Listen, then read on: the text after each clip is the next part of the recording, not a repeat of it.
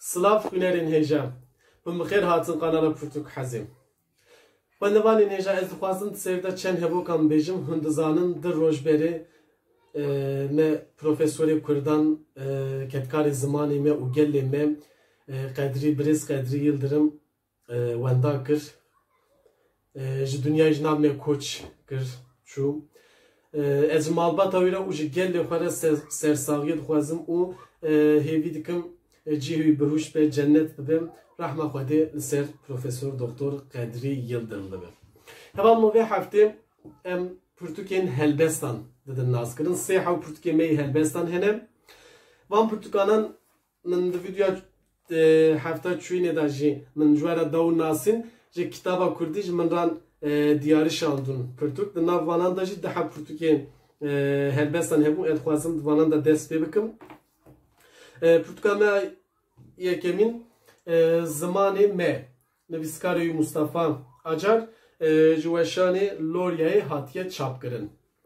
Pirtûka me dudiyan jî Xeyalên Kehrebayî nivîskar Zahîr Ertekin ji weşanên peywendê hatiye çapkirin. Pirtûka me dinê jî ez di çekilişa Pirtûka Kurdî de ji min re vanan derketin wek diyarî hatin. Êdî navê te Asoya Nûroş Munzur ji weşanên Ronayiyê hatiye çapkirin. Nihavan Pirtûkanın Pirtûkên Helbestanın Helbestan gelek xweşik tê de hene.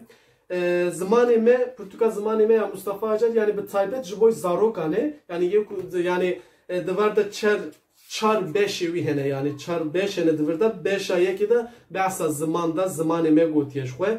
Di yadudiyan da jî çandname heye. Di çandnameyê de ji çi heye? Yani behsa ajelan dike em çawa bijin behsa tişmiştan dike ku wek bi zimanê helbestê ji zarokan re dide hînkirin. Yani ji boy me yani va Pirtûka çima mühim e va zimanê me yani belkî ji boy zarokan ama me ji zarokê xwe de mixabin bi zimanê xwe bi zimanê dayika xwe bi Kurdî me perwerde nedî em ji vanan pir mehrûm man em wê valahiyê dixwazim bi vanan re tijîkin û Mustafa mamosteyê Mustafa jî yani gelek berhemik hêja û xweşik ji me re derxistiye helbestên pir xweşik tê de henin.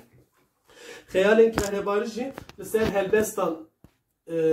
helbestên wek mijarê wan cuda cuda ne ji hev li ser Helepçê heye em dikarin bêjin li ser wekî din ser evînê heye li ser jiyanê heye wek cuda cuda divir da beş û ewk hene.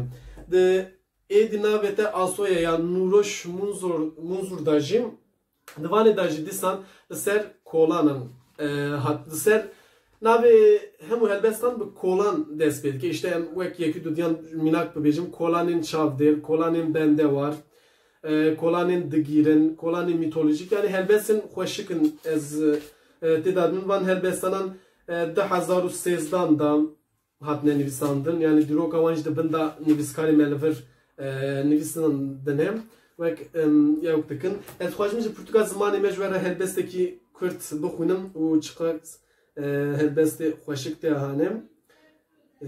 Deqekî ji we bîrim xwendekar yani ji bo xwendekaran li vir dibêje xwendekarê Kurdî me bi kes û bi xwedî me Kurdî ye herî karê min nezan timî barê min Kurdî evîna min e rewşa vê jîna min e bi Kurdî bextewarim bê Kurdî ez bê warim. Yekî ji ser Pirtûkan dixwazim ji were bibêjim min ser Instagramê jî va parve kirû. Pirtûk hogir û hevalin Pirtûk yên naxwînin dibin pepûk pêlên wan pêlên mêjîn e yên bê wan her bêjîn e bêhna bihiştê tê ji wan hiş bi wan dimîne ciwan destana wan îbadet e xwendin herdem xweş adet e. Pirtûkan bixwînin hevalno bi Kurdî bixwînin her tim bi Kurdî bixwînin naxwînin jî dibe dest pê bikin. Şeva we baş hûn bimînin tev di xweşiyê de.